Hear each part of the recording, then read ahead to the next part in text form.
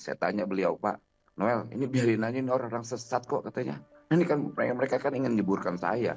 Kita lihat aja sampai semana sih orang-orang ini kuatnya." Bahwa saya tetap konsisten pada konstitusi yang saya patuhi dan saya hormati. Itu bahasa presiden ke saya loh, gitu. Jadi waktu itu diketawain aja tuh sama presiden orang-orang ini yang liar-liar ini. Dan saya saksi sejarah untuk hal itu, gitu Mmm, loh. Presiden menyampaikan, "Mirin orang-orang ini lucu wacanain. Ini jelas-jelas ingin menjerumuskan saya kok." Dan mmm, itu juga dikonfirmasi oleh presiden. mmm, Orang yang menggagas 3 periode adalah orang yang ingin menampar, cari muka, dan menjerumuskan saya. Kan itu berkali-kali juga presiden menyampaikan.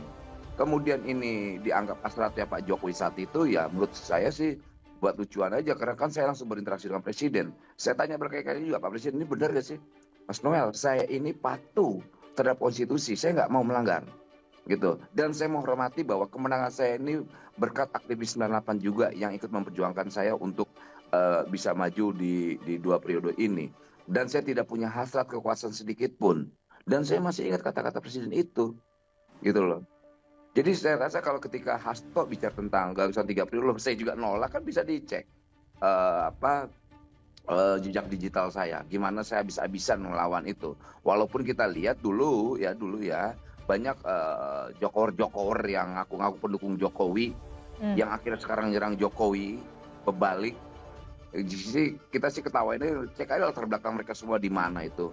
Buzzer-buzzer yang sekarang bilang dinasti, Jokowi dinasti lah, apalah. Nah orang-orang itu semua kok itu. Makanya kita ketawa aja, kan kita tahu semua siapa-siapa orang-orangnya. mmm, Makanya kita berharap Hasto berani dong ungkapin, jangan cuplikan-cuplikan berita. Karena saya saksi sejarah loh, saya masih hidup ini. Saya tahu sekali proses politik saat itu. mmm, Karena saya juga tegas-tegasan saya tolak, saya nggak mau. Saya bilang saya nggak akan mau. Saya ngelawan kawan-kawan saya yang dulu relawan Jokowi, saya tidak mau.